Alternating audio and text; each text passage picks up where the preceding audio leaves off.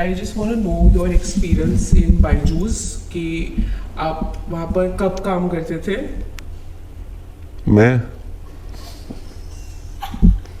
मैंने ज्वाइन किया था 2021 अगस्त टू दिसंबर 2021।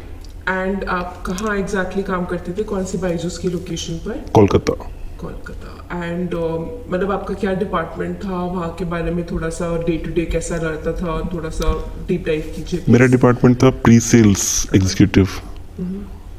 मतलब मेरा काम होता था कॉन्टेक्ट्स करना कस्टमर्स को एंड देन उनसे बात करना, उन्हें कन्विंस करना फॉर मीटिंग के लिए कि वो मतलब जो हमारे बिजनेस डेवलपमेंट एग्जीक्यूटिव्स हैं उनके साथ वो बैठ के मीटिंग करें, समझें बायजूस का क्या कोर्स है, कैसे बायजूस पढ़ाता है, क्या मतलब क्या फ़ायदा हो सकता है बच्चों को एक्स्ट्रा, जो भी बायजूस का नया मेथड है मतलब विजुअलाइजेशन मेथड, उसको कैसे बच्चा एक्सेप्ट कर सकता है और कैसे मतलब जो रेक्टिफिकेशन जो मेथड है उससे कैसे बच्चा ओवरकम कर सकता है। तो इसके क्या क्या आप लोगों को रैमिफिकेशंस मिले, क्या इस चीज़ का बेसिकली एक आउटकम था, क्या रिस्पॉन्स रहा पब्लिक का रिस्पॉन्स? मतलब अगर जनरली बताऊं तो जो पढ़ने वाले बच्चे थे, ठीक है, तो उनका तो रिस्पॉन्स बहुत अच्छा था, ठीक है। और जो बच्चे मतलब ऐसे थे कि पेरेंट्स ने ज़बरदस्ती मार्केटिंग देख के या फिर वीडियोस देख के या फिर जो हमारे बिजनेस डेवलपमेंट एग्जीक्यूटिव थे उनके मतलब कन्विंसिंग के तौर पे अगर खरीद लिया बच्चों के लिए कि बच्चों की भलाई के लिए, बच्चे नहीं पढ़ रहे हैं तो उनके लिए वो चीज़ काम नहीं करेगी, है ना। बट प्रॉब्लम ये थी कि जो बच्चे नहीं पढ़ने वाले थे वो भी मतलब ऐसे ले रहे थे, बट उन्हें कोई फ़ायदा नहीं है उस चीज़ का लेने का, क्योंकि जब तक आप देखोगे नहीं वीडियोस तब तक क्या सीखोगे। तो आप जब बिजनेस डेवलपमेंट करते थे आपका क्लाइंट पूल क्या होता था basically? Was it a rich straight of society या आप सबको टारगेट करते थे? सबको जो भी मंथली 3000 रुपीज़ EMIs अफोर्ड कर सकते हैं। एंड अगर जैसे किसी के पास लमसम अमाउंट नहीं है तो आप क्या सजेस्ट करते थे उनको?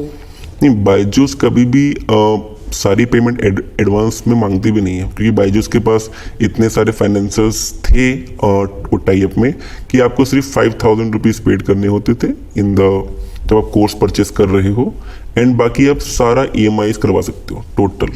तो वो EMIs किन बैंक्स के टाइप्स के थ्रू था? हाँ, मतलब आपके बैंक्स के थ्रू ही होगा, लेकिन मतलब जो फाइनेंशियर है वो करते थे। और बेसिकली मतलब इनके कैसे रहता था कि इनके फाइनेंसेस कैसे चलते थे फिर? मतलब अगर जैसे किसी पेरेंट ने इन्वेस्ट कर दिया फिर इनको इंस्ट्रक्टर्स को भी देना है, तो कितना प्राइसी होता था इनका कोई भी एक कोर्स, और उसके मतलब वो डिवाइड कैसे होता था कि आपके डिपार्टमेंट को कितना मिल रहा है, रेवेन्यू कितना जनरेट करना है? थोड़ा फाइनेंशियल्स पे अगर आप बता सकें। जो कोर्स होता था बेसिकली जैसे फॉर एग्जांपल ग्रेड 5 ले लेते हैं, तो ग्रेड 5 का 1 साल का जो कोर्स है, वीडियोस का जो ऑफलाइन वीडियोस थी उसका प्राइस था 16,000 रुपीज़ ओनली कोर्स, जो कि रिकॉर्डेड वीडियो लेसन्स थे। This was per month? No, per year 16,000। And अगर आप चाहो तो आप जो टैबलेट था वो बायजूस की तरफ से भी खरीद सकते थे या फिर आप अलग से भी मार्केट से भी परचेज कर सकते थे। या टैबलेट का कॉस्ट कितना रहता था? वो 8,000, वो एज इट इज था जितना मार्केट में मिलता है वैसे सेम, मतलब उस पे बायजूस कुछ भी एक्स्ट्रा नहीं कमाती थी। तो बायजूस के ये अपने बने हुए थे? नहीं, सैमसंग या फिर लेनोवो, कोई भी ब्रांड, दो में से कोई एक होता था। और आई मीन कैसा रहता था आपका करिकुलम वगैरह, या फिर आपका एग्जैक्टली क्या रोल रहता था? पेरेंट्स को कन्विंस करना या उनको एजुकेशन के बारे में इन्फॉर्म करना या करिकुलम बनाना? How did it all work? Pre sales executive का वर्क होता है जैसे कि एक मीटिंग होती है, ठीक है, हम लोग एक मीटिंग फिक्स करते थे हमारे बिजनेस डेवलपमेंट एग्जीक्यूटिव की एंड पेरेंट्स की, होम मीटिंग। अगर पेरेंट्स किसी ऐसी लोकेशन पे है जहाँ पे हमारे जो एग्जीक्यूटिव्स है वो नहीं जा रहे हैं, तब वो मीटिंग ऑनलाइन होती थी जूम पे, और वो जूम मीटिंग भी पूरी रिकॉर्डेड होती थी। लेकिन जो ऑफलाइन मीटिंग थी वो कस्टमर के घर पे होती थी, जहाँ पे हमारा बिजनेस डेवलपमेंट एग्जीक्यूटिव मतलब जाता था, तो मीटिंग वहाँ पे होती थी। तो वहाँ पे जाके वो उसको पूरा कोर्स बताते थे उनको, वो ये टैबलेट कैसे वर्क करता है और कोर्स में क्या क्या है, एग्जाम्पल्स, वीडियोस, बुक्स कैसी होती हैं, ये सारी चीज़ें वहाँ जाके बताई जाती थी। और अगर पेरेंट्स कन्विंस होता है लेने के लिए तो 5,000 rupees at the time deposit दे के वो कोर्स परचेज करते थे और बाकी वो लोन अमाउंट कर सकते थे। अगर वो चाहते हैं कि नहीं हम लोन ना करवाएं तो वो एक बार में भी करवा सकते थे। इसका सक्सेस रेट क्या रहा, मतलब आप लोगों को इसका रिस्पॉन्स कैसा मिला कि पेरेंट्स करते थे एक्सेप्ट? अगर जैसे आप परसेंटेज में उसको बनना चाहिए कि आप अगर 10 घर में जा रहे हैं तो कितने घर ये डिपेंड करता है बिजनेस डेवलपमेंट एग्जीक्यूटिव के ऊपर कि वो कितना कन्विंस कर पा रहा है। कुछ ऐसे भी होते थे बिजनेस जो बीडीएस हैं, हम शॉर्ट फॉर्म में बीडीएस कहते थे, तो बीडीएस कुछ ऐसे भी होते थे कि जो पेरेंट्स हैं वो काफी रिच हैं, दे कैन अफोर्ड, बट वो नहीं खरीदते थे। और कुछ ऐसे भी हैं जो अफोर्ड नहीं कर सकते थे बट वो फिर भी खरीदते थे, क्योंकि एजुकेशन, इंडिया में एजुकेशन को सबसे ऊपर रखा जाता है। तो वहाँ पे अगर आप नहीं भी अफोर्ड कर पा रहे हो तो भी आप आसपास से लेके या फिर लोन लेके या किसी से मांग के आप तब भी कर लेते थे। और बेसिकली अगर जैसे कोई पेरेंट है उसने 5,000 का डिपॉजिट दिया और उसके बाद लोन अमाउंट में फॉल्टर कर गया या उसने वो कोर्स कंटिन्यू नहीं किया, तो उस केस में कंपनी वो फाइनेंस कैसे रिकवर करती थी? जैसे कि अगर आप ये कहना चाह रहे हो कि मतलब अगर उसने 5,000 रुपीज सबमिट कर दिए, हाँ। देन और 16,000 का कोर्स है, बाकी तो लोन अमाउंट से देना है, पर पेरेंट ने बोल दिया कि नहीं मुझे नहीं देना, मैं बाकी का अमाउंट नहीं दे रहा हूँ या फिर आई वांट टू डिसकंटिन्यू, तो how did Byju's go about that? उस वे में इतना तो मुझे पता नहीं, क्योंकि वो काम फिर जो फाइनेंशियर होते थे, जो मतलब जो कंपनी बायजूस के साथ जो टाई अप में थी, वो लोग ये रिकवरी वाला काम करते थे। और वैसे ऐसा कभी कोई सुनने में तो नहीं आया कि हाँ किसी ने कोई जोर जबरदस्ती करके कुछ रिकवरी की हो। बट ये तो 16,000 जो अमाउंट है जो मैं आपको बता रहा हूँ वो 1 साल की फीस है। अच्छा। बायजूस मिनिमम 2 से 3 साल का तो बेचता ही था with tablet, and with online classes ये अराउंड पड़ता था 1.5 लाख तक का। ओके। ये 16,000 सिर्फ 1 ईयर का है, जिसमें सिर्फ रिकॉर्डेड वीडियोस मिलती थी, ऑनलाइन क्लासेस नहीं मिलती थी। ऑनलाइन क्लासेस लेनी है plus recorded videos plus tab plus books, then वो 1 साल का जाता था अराउंड 50 या फिर 35,000 मतलब 2 ईयर का था 55,000 का। पर अगर जैसे पेरेंट्स ये पेमेंट्स नहीं देना चाहते, इनिशियली वो आपसे बीडीए से कन्विंस हो गए तो कैंसिल करवा सकते थे, वो कुछ ऑप्शन होता है 1 महीने के अंदर कि आप कैंसिल करवा सकते हो। कई पेरेंट्स ने बीच में भी छोड़ा ही होगा, ऐसे कुछ केसेस? हाँ, बहुत सारे पेरेंट्स ऐसे भी हैं जिन्होंने बीच में छोड़ दिया, या फिर वो अकाउंट ही बंद कर दिया, या फिर वो कुछ इस टाइप से। तो उससे आप लोगों के इंसेंटिव्स पे या सैलरीज पे फर्क पड़ा था? नहीं, कुछ नहीं। तो आप कितना कमा लेते थे when you were working at Byju's? 70, 75, 80। And incentives का क्या सीन रहता था, बोनसेस? With incentives. अच्छा। बोनसेस ये था कि आप जितना अच्छा वर्क करोगे, तो अगर जैसे कि आपने महीने में या अगर महीने में आपने 20 सेल्स से ऊपर कर दी तो मिनिमम रिक्वायरमेंट थी 3 सेल्स की। तो अगर आपने ज्यादा कर दी तो उसमें अलग अलग इंसेंटिव्स थे, अमेजोन कूपन्स थे या फिर कैश था। मतलब पर सेल जो एक प्री सेल्स एग्जीक्यूटिव को मिलता था वो था 1,000 रुपीज पर सेल, प्लस जो आपने मीटिंग बुक की है उस मीटिंग का 250 रुपीज। तो ये तो बहुत अच्छे इंसेंटिव्स है, ऊपर से सैलरी भी बहुत अच्छी हाँ, है। बीडीएस को इसका डबल मिलता था, ऑलमोस्ट डबल ट्रिपल। उनका परसेंटेज बेस था, अगर आपने 1.5 लाख का बेचा है तो उसमें समथिंग कुछ था। तो प्रॉब्लम क्या हुई, क्योंकि आप अगस्त में ज्वाइन किया आपने, दिसंबर में सेम ईयर या फिर नेक्स्ट ईयर, मतलब ऑलमोस्ट 1.5 ईयर मैंने वर्क किया। तो व्हाई डिड यू लीव?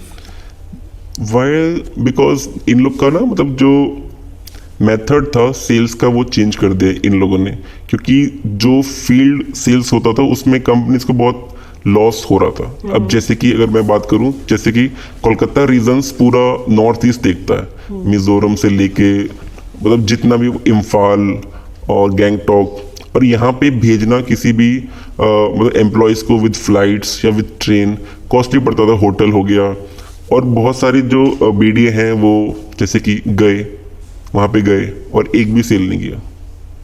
तो कंपनी ने वो 2 दिन का स्टे, होटल स्टे, उसका फूड इंक्लूड नहीं होता था, बट स्टे था।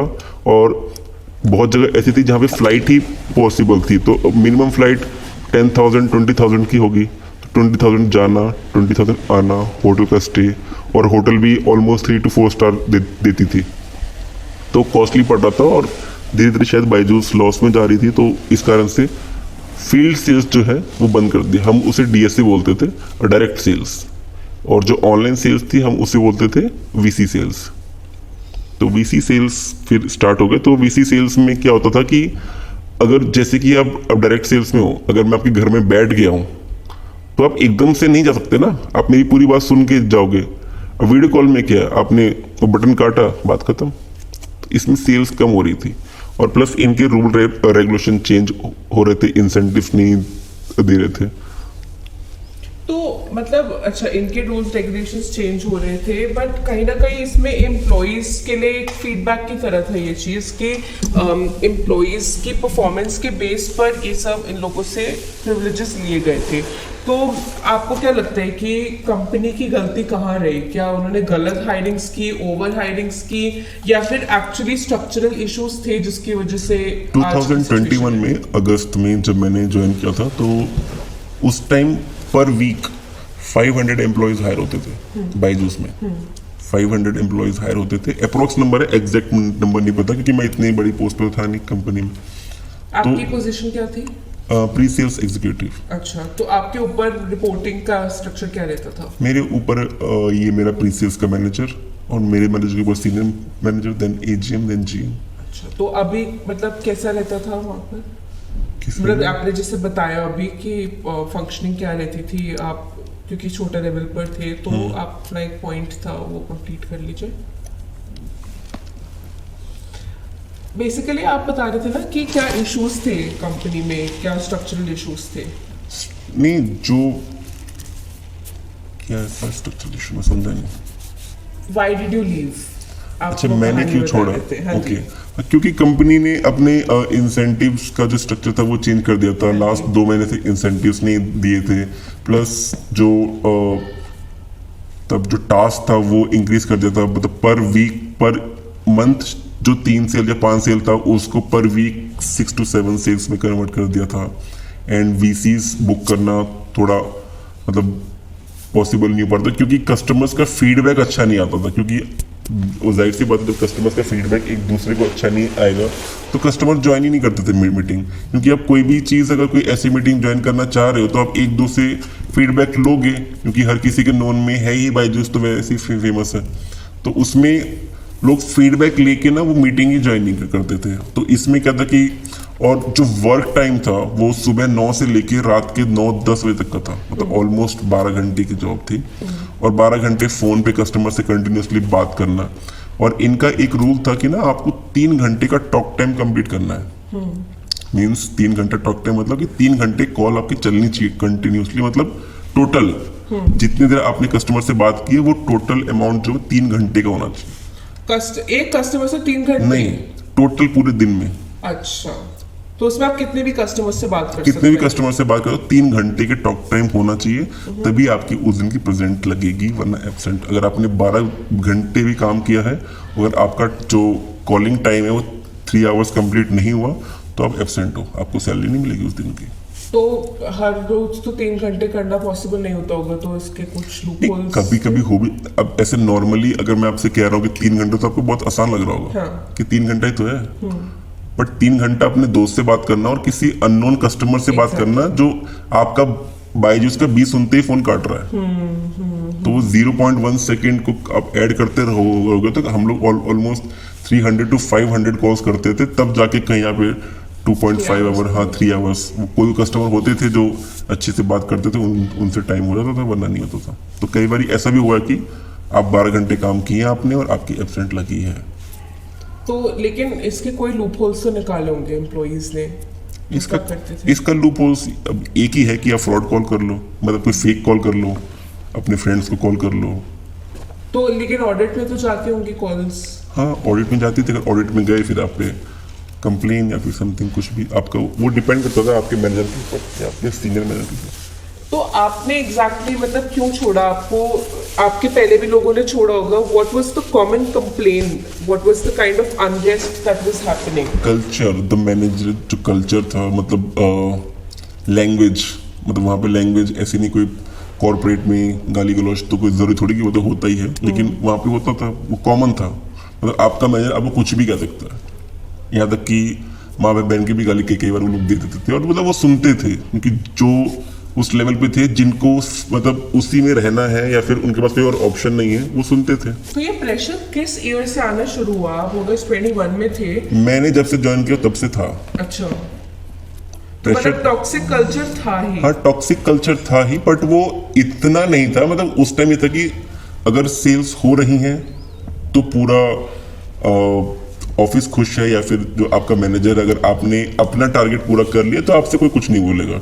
अगर आपने एक वीक नहीं भी किया तो भी कोई इतना कुछ नहीं बोलता था। बट हाँ, आपने कंटिन्यूस 2 वीक नहीं किया या फिर 3 वीक नहीं किया, देन आपको और तो यही कल्चर जो है वो मुझे ज़्यादा पसंद नहीं आया। तो अब आप क्या करते हैं? आपने बायजूस के बाद अपने लिए क्या ऑल्टरनेट सोचा था, या फिर आपने क्या परस्यू करना शुरू किया? अभी मैं बिजनेस कर रहा हूँ, कार का शोरूम है मेरा। तो बायजूस के जो भी ऑर्डियल हुआ है उससे आप क्या एक लेसन है, या फिर एक क्या आपकी ऑब्जर्वेशन है कि इन्वेस्टर्स इनके पीछे पड़े हैं, काफ़ी नाम खराब हो गया है, जो भी स्टार्स इनके साथ एसोसिएटेड थे, they don't want to be associated with the name of Byju's anymore, और कंपनी ऑलमोस्ट बंद होने के कगार पे है। वो कोशिश कर रही है अपने आप को रिवाइव करने की, लेकिन कोई ना कोई ऐसा एक स्टिंग आ जाता है जिसकी वजह से कंपनी का नाम अच्छा तो हो नहीं रहा है इतने टाइम से। तो उस पर आपका क्या कहना है? मुझे लगता है जो ये चीज़ें हो रही हैं वो इनके जो हायर लेवल के डिसीजंस हैं उनके कारण ही हो रही है, क्योंकि इन्होंने बहुत सारी ऐसी कंपनीज बाय की हैं जो ऑलरेडी लॉस में थी और उनको वो प्रॉफिट करने की कोशिश में व्हाइट हैट जूनियर, हाँ, ऑस्मोस। उसके अलावा आपको कोई अंदर की बात पता हो कि ये प्रॉब्लम इश्यूज थे, मतलब ये प्रॉब्लम एरियाज थे, या फिर कोई आपको इंटरनल जैसे वाटर कूलर टॉक्स होते हैं तो उसमें पता चल जाता है कि अच्छा कंपनी में ये भी चल रहा है, अच्छा अभी रिसेंटली कंपनी छोड़ने के बाद ये सब भी हुआ, तो is there anything that you want our listeners to know? मुझे लगता है ना कि कंपनीज ने मार्केटिंग में और सैलरीज में बहुत ज़्यादा इन्वेस्ट किया, मतलब बहुत ज़्यादा दी है। क्योंकि मेरा जो मैनेजर था, अगर मैं सिर्फ अपने मैनेजर की बात करूं तो उनकी सैलरी 30 लाख है। 30 लाख तो बहुत बड़ा अमाउंट पर है। एनम जो हमारा एजीएम है उसकी 50 लाख या फिर 80 लाख। उतना रिटर्न क्रिएट कर पा रहे थे क्या ये लोग? हाँ, हमारा जो हमारी टीम थी, या फिर मैं अगर बात करूँ पूरे कोलकाता ऑफिस की, तो ऑलमोस्ट 2 से 3 करोड़ का तो सिर्फ सैटरडे संडे का रेवेन्यू था, 2 दिन का। लेकिन फिर भी मतलब इट्स नॉट वेरी कन्विंसिंग कि एक कंपनी इतना कमा रही है, अपने एम्प्लॉयज को इतना दे रही है। ठीक है, मुझे समझ आता है कि बट इसमें बहुत सारे फेक सेल्स भी तो दिखाए जाते थे। अच्छा, फेक सेल्स का भी इसमें एक पॉइंट है कि जैसे कि आप एक बीडीए हो, ठीक है, आप पे प्रेशर है बहुत ज्यादा, ठीक है, आपका मैनेजर आपको बहुत ज्यादा प्रेशर दे रहा है, ठीक है, बट आपने क्या किया कि आपने कस्टमर को बोल दिया कि आप बोल देना कि मैंने कोर्स लिया है, ठीक है, और आपने मुझे 5,000 रुपए दिए हैं, ठीक है। तो उस टाइम तो आपके मैनेजर ने शो कर दिया कि मतलब 1.5 लाख की सेल हुई है, ठीक है। तो 1.5 लाख की सेल हुई है, बट 1.5 लाख की जो सेल है वो तो नंबर्स काउंट हो रहा है 1.5 लाख, बट कंपनी में कितना आया? सिर्फ 5,000, जो भी, और वो भी किसने दिया? एम्प्लॉय ने खुद दिया, कि उसका सेल काउंट हो, उसकी जॉब सेफ रहे। क्योंकि अगर वो एक सेल वो दिखा देता है तो जो उसकी मंथली सैलरीज है वो तो आती रहेगी। एक बीडे की सैलरी 60 to 70 होती थी, तो वो 5,000 अगर वो अपनी जेब से दे भी देता है तो उसके लिए तो वो बचने का एक रीजन हो गया। बट कंपनी को क्या लगा कि 1.5 लाख की सेल्स हुई है, बट कंपनी के अकाउंट में कितना आया? ओनली 5,000 रुपीज, और वो भी रिफंडेबल है। तो अब जो बीडीए है और जो कस्टमर ने आपस में मिलकर ये कर लिया, फिर 1-2 हफ्ते बाद वो 5,000 भी उसने रिटर्न ले लिया। तो कंपनी ने क्या दिखाया कि मेरा 1.5 लाख तो आया, बट वो डॉक्यूमेंट्स में मतलब वो आगे बढ़ता गया। तो क्या ये कह सकते हैं मतलब कोलोकियल लैंग्वेज में कि कंपनी जुगाड़ पे चल रही थी? ये तो मैं नहीं कह सकता कि जुगाड़ पे चल रही थी, बट हाँ, ये बेसिकली क्या था, इन लोगों ने ना अपना आफ्टर सेल्स पे फोकस नहीं किया। मतलब ऐसे बहुत सारे कस्टमर होते थे जो ज्यादा पढ़े लिखे नहीं होते थे, बट वो अपने बच्चों को अच्छी एजुकेशन देना चाहते थे। उनको ये भी नहीं पता होता था कि मेरे नाम पे लोन भी हो चुका है। मतलब उनसे साइन करवा लिए कि ये तो ऐसी साइन है, और वो डॉक्यूमेंट्स पे साइन करवा लिए और लोन हो गया। वो जो पैसे कटने स्टार्ट हुए 5-6 महीने बाद, तब उन्हें पता चलता था कि मेरे नाम पे लोन भी हो चुका है। तो ऐसे बहुत सारे केसेस आते थे बायजूस में कि कस्टमर को पता ही नहीं है कि लोन हो चुका है और उनको लगा कि सिर्फ 5,000 में ही मेरे बच्चे को वो टैब दे दिया है, इतनी बुक्स दे दी हैं, 3 साल की पढ़ाई 5,000 में ही हो रही है। वो EMIs कर दिया, फोटोज खींच ली, वो ई-मैंडेट बोलते हैं, मतलब तो बेसिकली वो एक्सप्लेनेशन जो एक क्लाइंट डिजर्व करता है वो बायजूस ने नहीं दी, पूरा प्रोसेस नहीं समझाया। हाँ, ये इसमें बायजूस की मतलब एक नाम को नहीं बोलूंगा, हाँ, जो इसमें मेन जो मुझे लगता है गलती थी वो थी बायजूस के मैनेजर्स की। उन्होंने अपने मतलब प्रमोशंस के लिए, अपने हायर इंक्रीमेंट के लिए जो प्रेशर दिया अपने BDS के ऊपर, और उन BDS ने अपनी जॉब को सेफ रखने के लिए जो मतलब झूठ बोल के जो सेल्स की हैं, उस कारण से मार्केट में नाम खराब हुआ, जिस कारण से सेल्स डाउन हुई, जिस कारण से कंपनीज को डायरेक्ट सेल्स यानी फील्ड सेल्स बंद करनी पड़ी, जिससे रेवेन्यू नीचे गया। कंपनी को लगा कि हम डायरेक्ट सेल्स बंद कर देंगे, एक्सपेंस कम हो जाएगा, एक रूम में बैठ के वीडियो कॉल पे बात करके सेल्स हो जाएंगे, तो हमारा मतलब वापस हम शुरू कर सकते हैं। बट वो नहीं हुआ, क्योंकि VC पे सेल्स इजी नहीं होती है। मतलब आप किसी कस्टमर से आप मिले नहीं हो, आप फेस टू फेस नहीं हुए हो, एक वीडियो कॉल पे क्या आप किसी को 1.5 लाख रुपए दे दोगे? एब्सोल्युटली नहीं। या आप अपने चेक की फोटो दे दोगे, एक कैंसिल चेक की फोटो या फिर क्रेडिट कार्ड की फोटो, कुछ दे दोगे? कुछ नहीं दोगे आप। पर मेरे हिसाब से बायजूस को ये लगा होगा ना कि हमारा जब कोर्स ऑनलाइन चल सकता है तो कस्टमर एक्विजिशन भी ऑनलाइन क्यों नहीं हो सकता है? होता था। जो कस्टमर को सब पता है, एक एजुकेटेड पेरेंट है, उसको सब पता है कि हाँ बायजूस क्या है, बायजूस ये चीजें मांगेगा, या आपके किसी फ्रेंड ने लिया है या आप किसी फैमिली में किसी ने लिया, तो आपको प्रोसेस पता है, तो आप ले लोगे ऑनलाइन बैठ के भी। उसको पता है कि हाँ पैसे भरने हैं, इतने पैसे लगते हैं, आप उनको एक लिंक भेजोगे, उस लिंक पे वो पेमेंट कर देंगे। बट जो बिल्कुल न्यू है, जिसको ये पता है कि फ्रॉड्स हो रहे हैं, तो वो नहीं करेगा, भले आप जेन्युइन हो। आपको लगता है कि जैसे एडटेक जो स्पेस है, अगर हम बायजूस की गलतियां हटाएं तो बायजूस रिवाइव हो सकता था, या अगर कोई कंपनी वो सेम गलतियां ना करे, सपोज फिजिक्स वाला है या वेदांतु है, तो ये सस्टेनेबल मॉडल है एजुकेशन का? What is the sustainable edtech model according to you? क्योंकि आपने अंदर तक काम किया है, तो आफ्टर सेल्स पे फोकस करना पड़ेगा, क्योंकि आफ्टर सेल्स पे ये लोग बिल्कुल फोकस नहीं करते। स्टूडेंट्स को मतलब अगर अब मैंने कोर्स लिया है, ठीक है, तो मेरी क्लासेस ही नहीं हो पा रही हैं, मैंने अपने नोन में 3-4 को दिलवाया था, तो कोई कॉल नहीं जाता, किसी मेंटर का फोन नहीं आता, नाम के लिए मेंटर्स हैं, कोई मेंटर्स नहीं होते, कोई भी 12th पास को बिठा दिया जाता है कॉलिंग पे कि आप मेंटर हो, आज से आपने फोन करके बस पूछ लेना है कि हाँ बच्चा पढ़ाई चल रही है, कोई हेल्प चाहिए, ये चाहिए वो चाहिए। अगर कोई कुछ क्वेश्चन पूछता है तो हाँ आपको इस टाइम पे कॉल आएगा, वो कॉल नहीं आया तो अब मतलब जो स्टूडेंट है वो भी भूल गया, कंपनी ने भी नहीं किया। तो आफ्टर सेल्स पे अगर फोकस करते ना तो ये कभी नहीं होता ऐसा। और ट्यूशन सेंटर्स की क्या कहानी है? क्योंकि वहां पर भी बहुत प्रोटेस्ट इरप्ट हुए थे, वहां पे क्या फुटफॉल उस हिसाब से आ रहा था या वहां से जा रहा था? आपके मेन कॉम्पिटिटर्स कौन थे? ट्यूशन सेंटर्स इनका अच्छा चल रहा है, बट वहाँ की फीस बहुत ज्यादा है। तो वहाँ मतलब वहाँ पे ऐसा कुछ नहीं, मतलब वही चीज है ना, घूम फिर के तो ट्यूशन सेंटर तो बहुत पुराना कॉन्सेप्ट है ना, वो तो कोई नया कॉन्सेप्ट है नहीं, ऑनलाइन एक नया कॉन्सेप्ट था ना। पर जैसे अभी रिसेंटली फिटजी का एक मेल वायरल हुआ था जिसमें उनका फाउंडर बहुत डांट रहा था एक तरीके से मैनेजमेंट को, अलग अलग सेंटर्स की, कि फुटफॉल उस हिसाब से नहीं आ रहा है। तो क्या आपको लगता है कि ये जो कोचिंग बिजनेस है, ट्यूशन बिजनेस है, एडटेक बिजनेस है, मतलब मीडिया में देखें तो लग रहा है कुछ काम नहीं कर रहे हैं, ना बच्चे ट्यूशन जा रहे हैं, ना बच्चे कोचिंग जा रहे हैं, और स्कूल में पूरी पढ़ाई होती नहीं, ट्यूशन तो लगानी पड़ रही। तो what is the future of edtech in India? What is the future of like a step ahead education apart from schools for children? Schools के बाद जो ऑफलाइन टीचिंग है वो ज्यादा बेटर है I think. Online and personalised teaching है, personalised teaching, क्योंकि online में अगर जैसे मैं एग्जांपल लूं बायजूस का ही, तो एक बैच में अगर मान लो 10 बच्चे भी हैं, 1 घंटे की क्लास है, आप उस बच्चे से कभी फिजिकली मिले नहीं हो, उस बच्चे के बारे में आप जानते नहीं हो, वो सामने कैमरा बंद करके बैठा है, कैमरा ऑन करके बैठा है, टीचर को कोई फर्क नहीं पड़ रहा उससे, है ना। अगर उस बच्चे ने क्वेश्चन नहीं पूछा या उस बच्चे ने कोई कुछ नोट नहीं किया ऑनलाइन क्लास में, तो आप तो नहीं देख पा रहे हो। How effective do you think is basically आपका जो एडटेक में जो स्पेस है, मतलब एक तरीके से ऑफलाइन टीचिंग भी पर्सनलाइज्ड है कि पर्सन टू पर्सन हो रही है, लेकिन उसको अब अगर एक स्टार्टअप चाहता है रिवाइव करना तो वो कितना इफेक्टिव होगा उसके लिए। और माय मेन क्वेश्चन वाज कि जो यूट्यूब पर एक पूरे पूरे चैनल्स चल रहे हैं जो एक स्टार्टअप कल्चर पूरी तरीके से बन चुका है और अपने ऑफलाइन सेंटर्स भी खोल लिए हैं। Suppose Unacademy started that way, Unacademy के इंस्ट्रक्टर्स काफी कंटेंट क्रिएटर्स की तरह वायरल हुए, फिजिक्स वाला की यही कहानी है।